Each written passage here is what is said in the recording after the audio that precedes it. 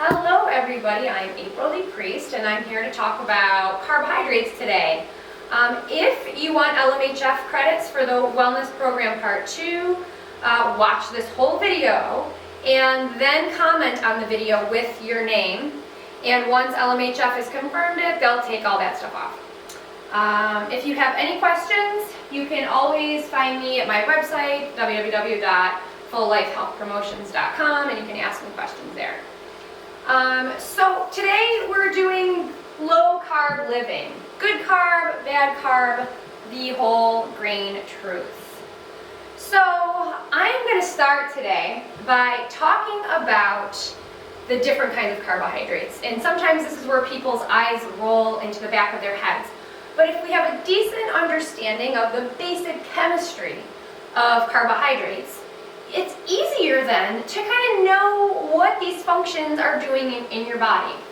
So I'm going to start with, I'm going to roll my sleeves up so I can get into this, and we're going to start with glucose here.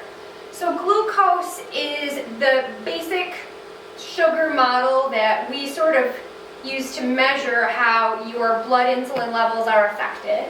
It's what we measure in your bloodstream, and it's really what's used as fuel. You burn the glucose. So you'll notice it has 6 carbons, so 1, 2, 3, 4, 5, 6. It's shaped like a hexagon. It's got some carbons and oxygens hanging off of it.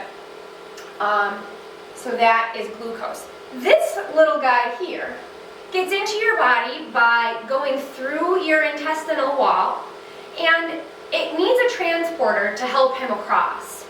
And that transporter, then, he's not just opening the door and letting glucose in. He then gets a moving guy to help glucose get into your body and do whatever he has to do. That moving guy is insulin. So the more glucose that comes across your gut lining, the more your insulin goes up. And that insulin just moves the glucose to wherever it is needed. So if you're exercising and you're drinking a Gatorade, that glucose is going to go towards your muscles. If you are fasting all night long and your muscle glycogen is low, it's going to go towards your muscles. If you've been eating all day and it's Thanksgiving and now it's dessert, your body's overflowing with glucose, so it's going to go store it as fat. Okay, so sometimes insulin gets the reputation of being promoting fat, and that's not the whole truth.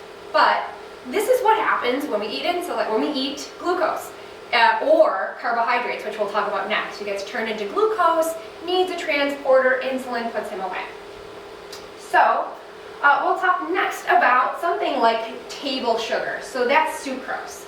And you'll notice here something familiar. We've got 1 glucose, that comes from over here, and 1 fructose. And so what's different about fructose is you're missing a carbon. So you've got 5 carbons here. It looks like a pentagon. The difference with fructose is it can just slide through your intestines into your blood. But we can't use it as any kind of fuel. There's nothing in your body that will just burn fructose for energy.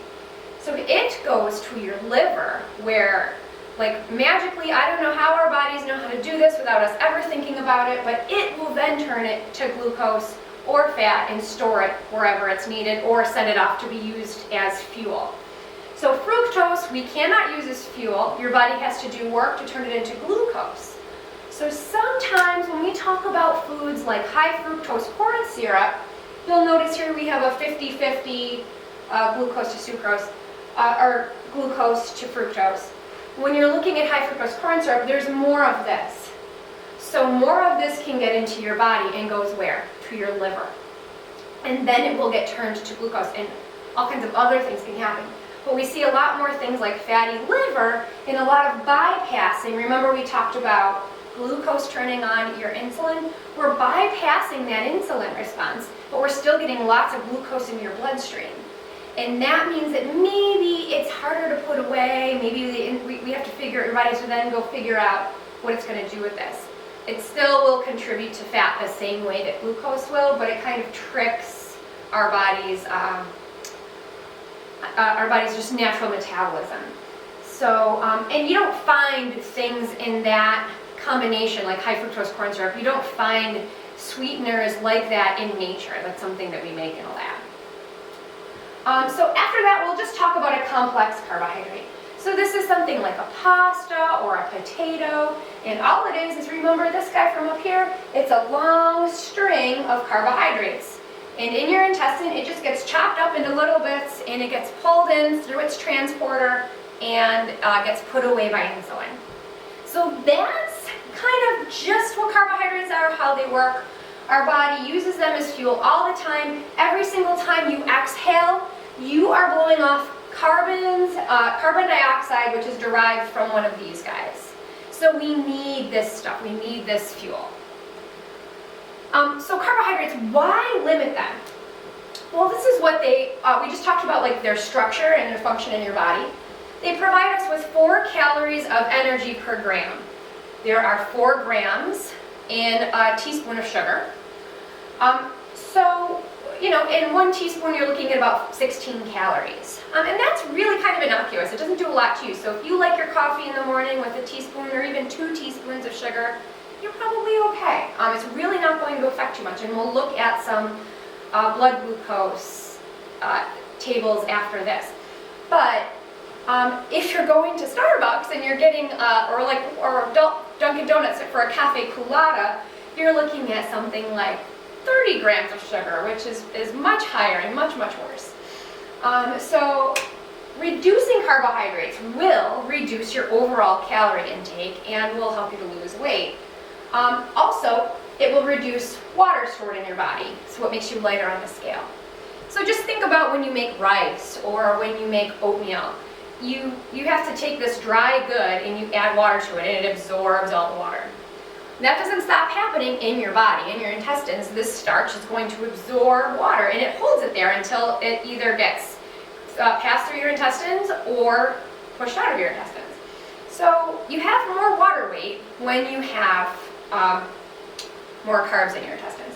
Those carbs in your body also attach to more water as well. So we talked about how they require a transporter to enter your body and the insulin response. So there are a lot, in the 90s, there was this theory that started, I'm not sure if it started from diabetes research or in the bodybuilding community actually. There was those two things were kind of, I don't know what started first. But if you reduce your sugar intake or your carbohydrate intake, you're going to reduce the amount of insulin that is necessary to put that stuff away. And if we're thinking of insulin as the guy who's responsible for fat storage, then reducing insulin should prevent storage of new fat. True. So that was a pretty big theory behind a lower carb strategy. It may help to burn more calories since you're using fats and proteins as fuel. So this we find this true in research. We find that when people do go on lower calorie diets, they'll lose a little bit more weight at first compared with people who just go on low calorie diets. And that is, you do start to burn more calories because it's expensive to burn fat as fuel. It's expensive for your body to go find a way to burn protein as fuel. So you do burn a little bit more. Also, you might feel way more full, and it's way more palatable to reduce your calorie intake coming from carbohydrates, right? You could go have like a lean bunless burger with cheese and a salad, and that might be really filling to you and you don't feel like you're missing anything. So it can be really good to have lower carb dishes and feel more satiated, because that protein and the fat actually makes you feel more full than like a white burger bun. So what is low carb? Low carb living. What is low carb anyway? There's not really any agreement on what low carb is. The American Dietetic Association talks about the macronutrient distribution ranges. So this is very technical information or technical data. Basically, they give us ranges for out of all of the protein or all of the fat or all of the carbohydrates that we eat in one day, 10 to 35% of that should come from protein. So let's take a look at carbs. 45 to 65 is what they say should come from carbs. So if you're having what the ADA would also recommend, like a 1,600 calorie diet, 45% carbohydrates will look something like 180 calories of carbohydrates a day. If you divide that by 4, it's something, let me see if I can do it in my head. You're looking at something like about 50 grams, over 50 grams of carbs.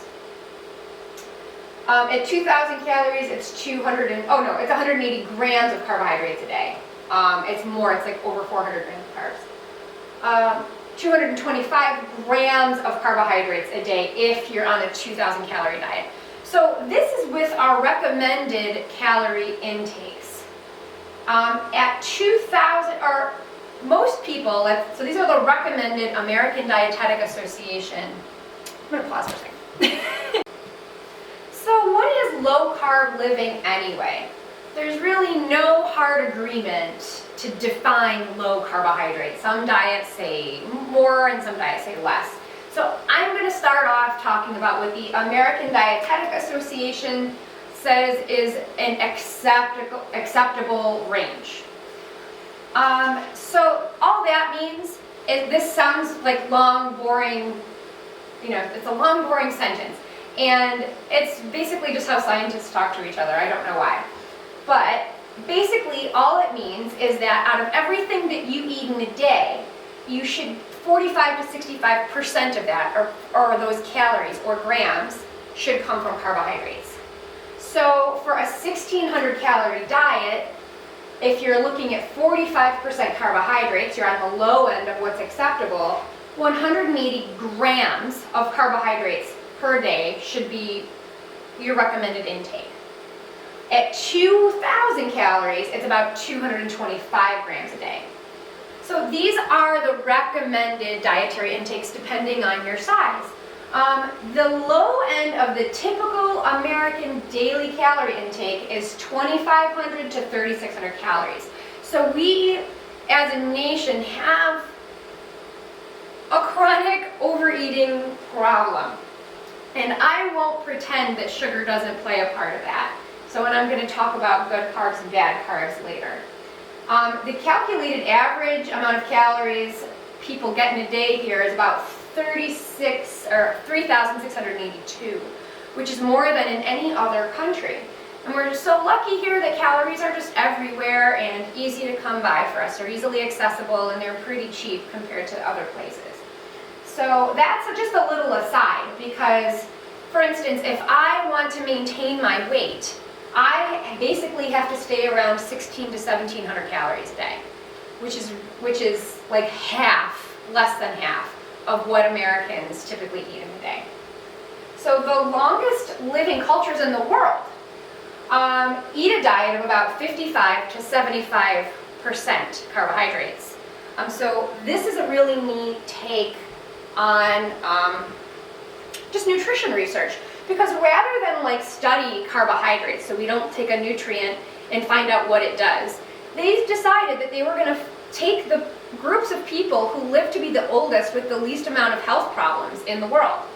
And they identified maybe 6 or 7 populations. And the people who live to be centenarians, the longest living people in the world, eat more carbs than anybody in the world, but they don't eat your typical American carbs. So we're going to talk about that. And 55% is a good number there. So I think the number, by the way, should be unique to you. It should be what you like. We're going to talk in the next slide a little bit about glycemic index. So this is a tool that was sort of developed by scientists to measure how food affects your blood sugar. So we see it a lot when we're looking at diabetes or diabetics. This is kind of the idea, basically. If you eat pure sugar, it will send your blood sugar up to the number 100. Okay, so glucose is 100. And then they sort of assign each food a number based on what it does to your blood sugar. There are some limitations when we look at this. One of them is that scientists have to look at things in a uniform bolus, okay? So they use a 50-gram serving size to come up with these numbers. That isn't realistic in terms of how much people really eat. For instance, 50 grams of air pop popcorn would be 10 cups. I don't know anybody who's lived through eating 10 cups of popcorn. 50 grams of white rice is a typical serving size. It's 1/2 cup cooked. So these two numbers are going to be very different because you would really eat way less of this popcorn than rice. So these numbers are interesting to us because you might look at something and say, oh, it's really got a very low glycemic index, it's safe to eat. Or, oh, that's got a high glycemic index, I probably should stay away from that.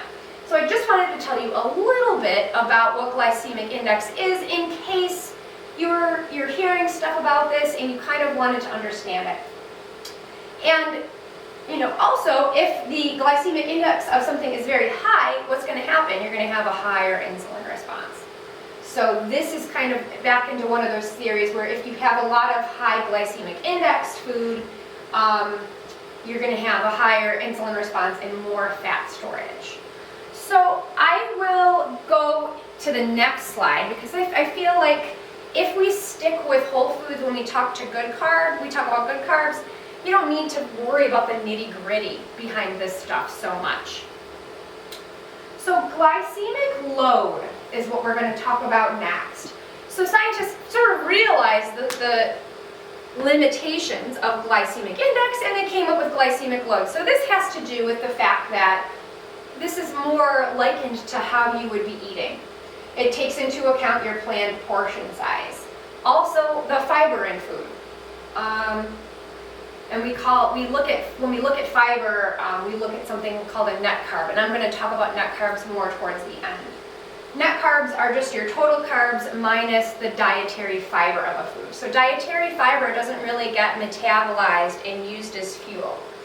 A large amount of low glycemic index food may affect your blood sugar similarly to a high glycemic index food, or glycemic load food, sorry.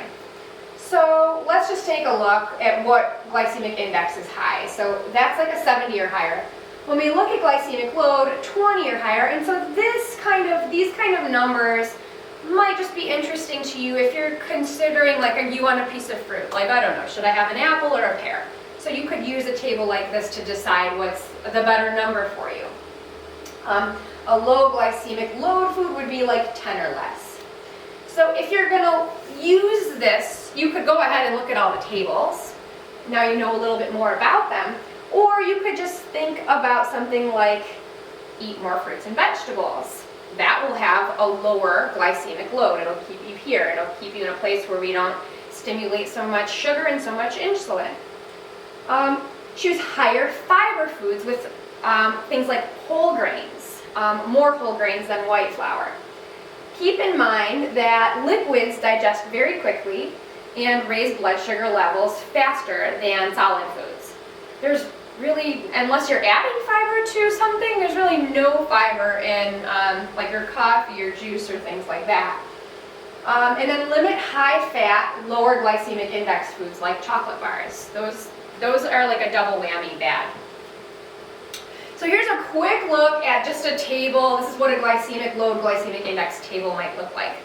This table might appear blurry to you, but you could just Google one and so you get an idea. And if you're ever curious, I'll just show you really quick, like apple juice. It's got like a glycemic index of 40, glycemic load of 30. That's pretty high. If I were to compare it to something like an apple, you would see something much lower. That's kind of the idea behind that and what dietitians would use to sort of help get you on track for something like a low glycemic diet.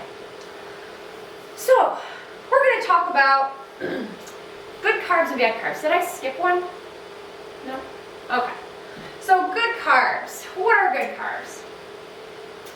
Whole grains or foods made from them contain all of the essential parts occurring from nutrients of the entire grain seed. So we are looking at the original properties of the grain have been cooked. Oh, we're going to look down here. I'm going to tell you what they are.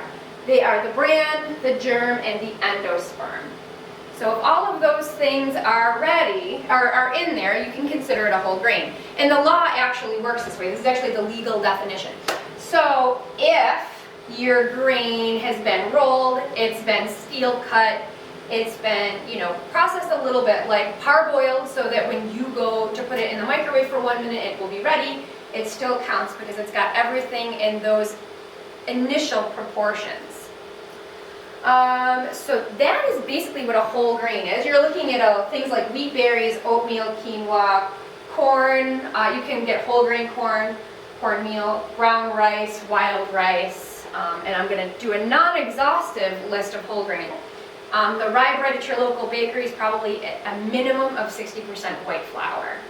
Real rye flour is a really dense bread, and it's not super palatable to a lot of people.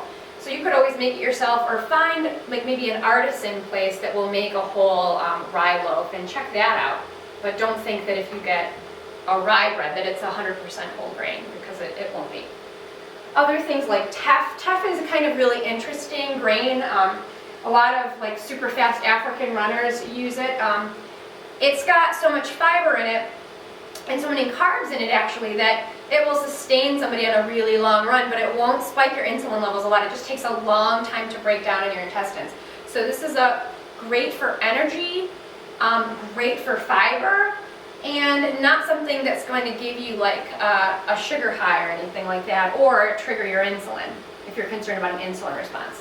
And then something that I wasn't aware of before I got into this was wheat. It has a lot of different sort of varieties, like spelt, emmer, farro. Farro just looks like a big, huge fat rice.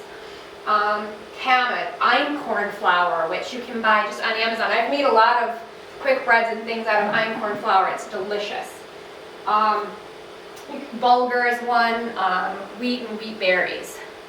So wild rice is another great source of whole grains. And again, there are so many more that I don't want to sit here and list them for you, but you can just look it up yourself if you want to try something new. So bad carbs. What's a bad carb? You want to think refined grain and sugar.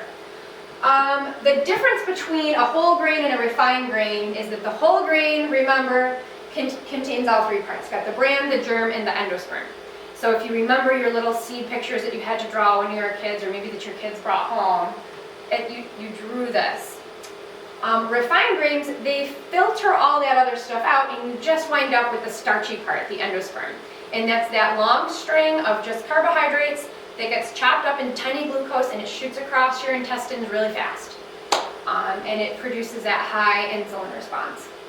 So here we can replace your refined grains with whole grains. So what are we looking to switch out? Things like white flour that's been enriched. You want to switch out for whole wheat flour or spelt or something like that. White rice, you can get brown rice. Parboiled rice, like your minute rice, you can get that in brown rice, or you could get wild rice. If you're looking for a quick cooking rice, you could just get a brown basmati. It cooks in 25 minutes. So it's not your minute rice, but it's not that bad. Cream of wheat, you want to switch out into something like oats, like whole rolled oats. This is some kind of like a corn flour. You're going to want to switch that out for a whole grain corn meal. So there are a lot of options out there if you're looking at grains. More good carbs, you want to think things like starchy vegetables in their whole form. Sweet potatoes, squash, potatoes, eggplant, beans, things like taro, consumed in their whole form. So I get asked a lot, like, I thought potatoes were terrible for me. So a sweet potato has a little bit more fiber. It's got a lot of nutrients. It's got a lot of vitamins, like vitamin E, tocopherol, vitamin A, things that help you see at night, things that help your skin, antioxidants. They're great. White potatoes actually have more minerals, so they do have some redeeming qualities. If you eat them and you don't fill them up with cream and butter, they're still quite healthy. They have a good amount of fiber. If you have like a cold potato salad, so you eat a potato that has been cooked and then cooled, something happens to the starch that makes it resistant, so it's more like a fiber, and you actually have a lower insulin response to them. So I would even say that that's a great idea. Just maybe not like have a German kind, not the mayonnaise kind. Or just have reheated potatoes once in a while. Fruits are actually great too. They're full of nutrients and they're full of fiber. A lot of people are, say, but what about the sugar in fruit? I was told it's so bad. The sugar in fruit is pretty nominal, especially when compared to the amount of fiber in fruit. And the health benefits of fruit are like incomparable. So when we look at those populations of people who live the longest, they all eat a lot of fruit. Some really compelling studies that I've looked at, one came out of Italy, where they were they were working with a population of poorer people. So these people lived in an area where there's a lot of smog, a lot of pollution, and there were a lot of children with asthma.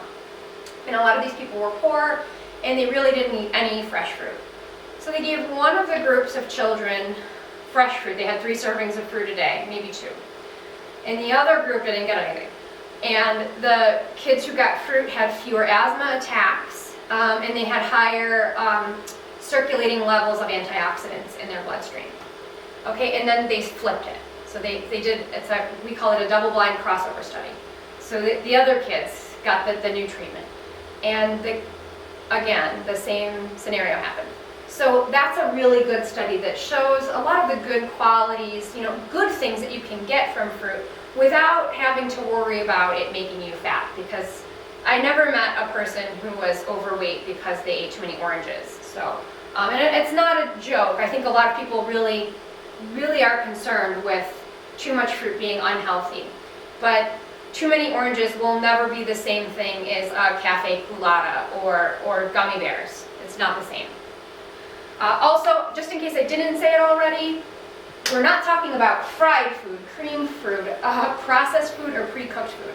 So this is not talking about like your box of Idaho potato, powder and turning that into potatoes. That won't count. Fried potato chips won't count. French fries don't count. Those are not good carbs.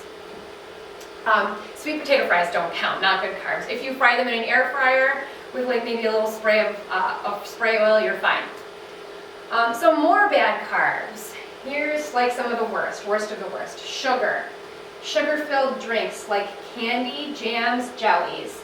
If you're just putting a teaspoon of jam on your toast in the morning, on a whole grain toast, don't worry about it. If you're eating a jelly donut on a regular basis, that's when we're talking about being a bad carb. All white flour processed baked goods. So that's a bad carb. It's not to say never have it, but don't make it a staple of your diet. All white bread processed stuffing. Fried starches like chips, fries, the breading around your chicken fingers, things like that. That's a bad carb. Fruit juices, not to say never have an orange juice, but you're better off having an orange. Processed white pasta and those meals that might come with them. I'm Italian. I do love pasta, but I have 100% whole wheat pasta almost all the time, and maybe my grandmother doesn't like that about me, but that's okay. I think everybody feels better about it, in my house anyway. Processed mashed potato mixes, those things don't count, they're bad carbs. And alcohol, I'm sorry. So alcohol once in a while, I'm not saying never have a beer or a glass of wine, but alcohol on a regular basis in too much quantity will do a number on you. Alcohol actually, metabolically, is worse than a carb. So we'll talk about that as well. All right, and so I get a lot of questions too about keto diets. Keto's all the rage, should I try it? So I would say there are some pros and there are some cons, and so this is going to be up to you. So for people who have a lot of weight to lose, this seems to be like a really effective strategy because the kinds of foods you like to eat are okay, in this diet, and they help you to feel full. So, and there's a lot of research to show that it helps people lose more weight in the first couple of months than a lot of other kinds of diets. It's just not maybe great long term, and I'll talk about that. It does appear to be pretty healthy, as long as we're not doing it for longer than a couple of years. It may help you lose more weight quickly in the beginning. It's more appealing to many dieters. It may help you spare muscle tissue, which is really nice. It gets you off sugar because you can't have any sugar. So that's probably my favorite thing about it, because sugar is like a drug. I'll talk about the sort of dopamine response that we deal with sugar, and I deal with it myself. It also speeds up fat oxidation, which means you burn more fat a little bit more quickly.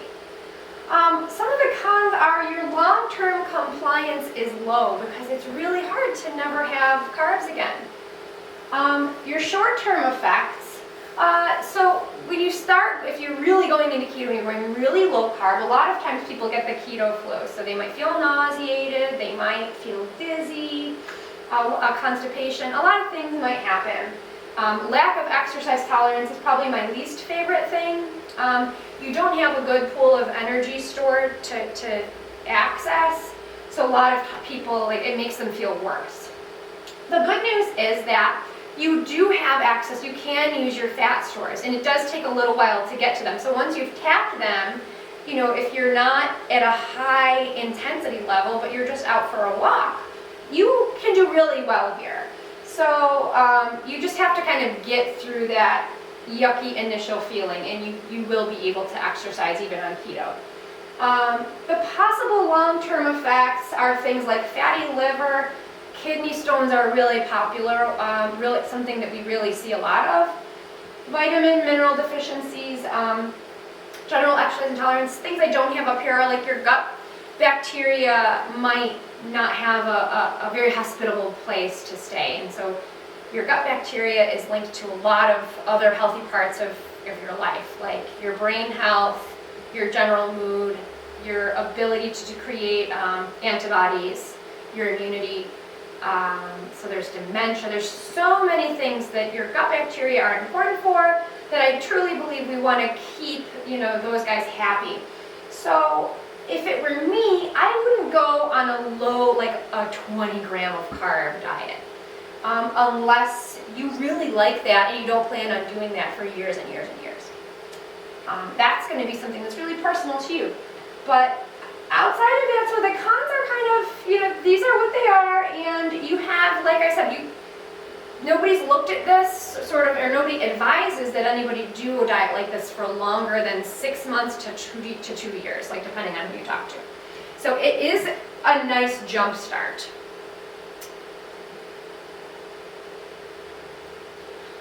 So with a keto or a very low carbohydrate diet, you will lose more weight in the short term. Studies show that moving from a keto diet to a lower carb Mediterranean diet helped keep the weight off for 2 years.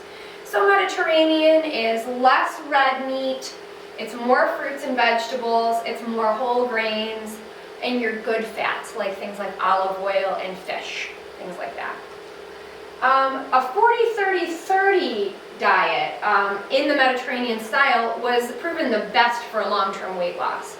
So, and that would even, if you never wanted to go low carb, you could stay at a 40-30-30, and that means 40% carb, 30% protein, 30% fat. Has been proven long-term in this Mediterranean style. So this would be more Mediterranean style. Has been proven for the most success in long-term weight loss. What does this look like? A third of a cup to a half a cup of a whole grain. Something would be like maybe a slice of Ezekiel bread in the morning as toast, or a whole grain pasta, something like that. 4 to 5 ounces of a lean protein. Let's say you're going to have shrimp. A lot of people like shrimp. And 1 tablespoon of a healthy fat. You could have like some olive oil salad dressing, and a half cup to a cup of veggies. If you could eat like that, like every day, you wouldn't even have to think about losing weight, because you would just be skinny mini. So high carb swaps. Instead of white breads and breakfast cereals and white pasta, you can try things that are higher in fiber and nutrients. So I talked about fiber a lot, but whole grains also have more nutrients. And so do vegetables. So you could do things like veggies, cauliflower, squash, ground flax meal. You can spiralize them like pasta, make tortillas, make your pizza dough out of them. Put them in the food processor, rice them. You could just buy them already riced at Wegmans now. You can use portobello, zucchini, eggplant instead of your pizza dough. You can get a high protein chickpea flour based pasta. Now you can get lentil pasta. It is tough, so you kind of want to think about how what you're gonna pair it with. But it's great. Like the actual benefits of it are great. Add veggies to your pasta water if you're going to have pasta. Just add your veggies to the same pasta water 3 minutes before you're about to take the pasta out, and it'll all be cooked and blanched, and you'll have way more fiber and way more nutrients. So that's nice too. Ketosis. So one of the things that we get into a little bit is if you're going to do a keto diet, a lot of times if you're going to do it very strictly, it's less than 50 grams of carbs a day. You want to get into ketosis. I mean, bodybuilders were doing this, 30 years ago, and there's a lot of research about it. Is it safe? What's it going to do? So ketosis just means that when you have so few grams of sugar, grams of glucose in your bloodstream, your body is going to start breaking down protein to be used as fuel. Your brain can only work off of glucose unless it's got a ketone to work off of. So ketone is just the process, just the byproduct of a broken down amino acid that came from a protein. And it can cause, it's not ketoacidosis, but it can cause some other issues that are not as bad. Like if you were going to train for a 5K, I would say don't try to get into ketosis. If you've had things like pancreatitis, metabolism disorders, I wouldn't go into something like this. It's not healthy. You definitely want to make sure somebody's watching your renal functions if you're planning on going into ketosis. So, should you worry about it? Most research says not really. Here's a chart. It's kind of boring. Most of you probably will never need to look at it, but it's just to show you basically that ketoacidosis is what happens if you've got unchecked diabetes in your body. You basically, the ketoacidosis builds up and it can hurt a lot of parts of your body. Ketosis is not the same thing as that, although for some people it could be dangerous. It's not as dangerous. We're going to talk about carbohydrates in children in nutrition. So they are our preferred energy source for growing muscles and brains. Studies show that limiting carbs in children can hinder their development. So kids need carbs. They need the good carbs we talked about. Choosing the right carbs, you want to reduce your added sugars. That means juices, which is hard because it's all kids want to drink. Reduce their baked goods. I hate this idea of reducing chocolate milk. What can they enjoy, right? But the ADA actually says reduce chocolate milk. I just try to give them a little bit of it. I still give my kids chocolate milk. Look for breakfast cereals that aren't high in sugar. My kids I'm really lucky. They love oatmeal, and I can flavor it many different ways, and they're happy. They get excited when I put strawberries in it. So, and I know all kids aren't like that. So I got lucky with the cereal portion. And then also yogurts. And all the yogurts they are peddling to our kids are full of sugar. There's more sugar in that yogurt than there is in ice cream. Like, you're better off giving your kids ice cream. So don't do that and think that it's healthy. It's not. So what can we do to replace that stuff? You can choose whole fruit over juice. Give them whole grains. So you're looking at wild and brown rice. If you start your kids off with brown rice, they won't ever even know the difference. Oats. Get them 100% whole grain, bread for their sandwiches. Barley, bulgur, farro, whole wheat, all those things we already talked about. And then a minimum of 4 servings of whole grains or whole fruits and veggies. So that's going to be really important too for them, because that will also help their brains to grow. So I'll just recap and talk about how named diets work for weight loss. So this is a really great, I don't know if it's a meme that one of my students showed me, but they talk about all of these diets and how they get you to lose weight. So what's a low carb diet? You eat fewer carbs and more foods that are rich in protein and fat, and you lose weight because you created a caloric deficit. And for keto, you eat almost no carbs, some protein, mostly fats, you created a caloric deficit. So this is actually true. All of these diets you can only lose weight if you create a calorie deficit. And it's really hard for us to go measure and track all of our calories. Just doing that would help us to lose weight. Low carb diets do help us to do this more easily. And if you've got a lot of weight to lose, or if you just want to, if you have a wedding to go to in 2 months and you want to do the best you can, you're totally fine to try a lower carb diet. It's a great way to lose more weight more quickly. It's just difficult to sustain for a long time, but it's great for getting you off of sugar. It's great if you love pop. It's great if you love, 500 calorie lattes. It's great to get you off of that stuff. And everything else, is there too. So if you're going to do intermittent fasting, it's the same idea. It's only going to work if you create the caloric deficit. I think out of all of these, if you were really trying hard, my favorite would probably be Weight Watchers. Research sort of shows that they've been, I hate to throw that huge company even more money, but they sort of help people along the way and you find out what works for you. So is low calorie or low carb really better? It depends. Yes, if it helps you to eat less sugar. If you like eating a lot of protein, some people don't. So if you do, which I think a lot of Americans do, then have at it. If you need to lose a lot of weight and you don't mind not being able to exercise at higher intensities. So for instance, I cycle, I'm in this part of the cycling club. I just love to ride bikes, and a lot of these guys are fast and race, and they might have a lazy winter and decide they need to lose 15 pounds, and they're all in great shape. And they'll do keto.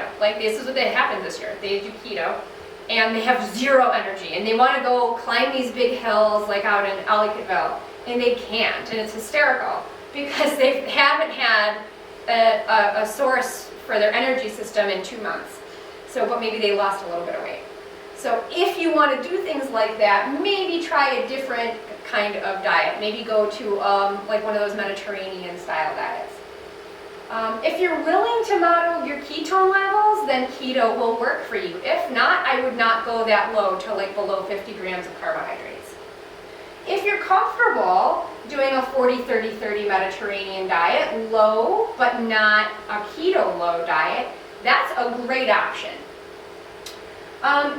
You might also find a way to get enough fiber on keto, and this can be tricky because then you're looking at things like people might try to get their fiber from green veggies. So a lot of protein plus green veggies is kind of like a recipe for kidney stones. You have to find your fiber in other places as well. So if you can, then keto is probably pretty good for a little bit of a longer haul. So no, low carb diets are not good if you love endurance exercise. If you have liver, kidney, protein, or fat metabolism issues.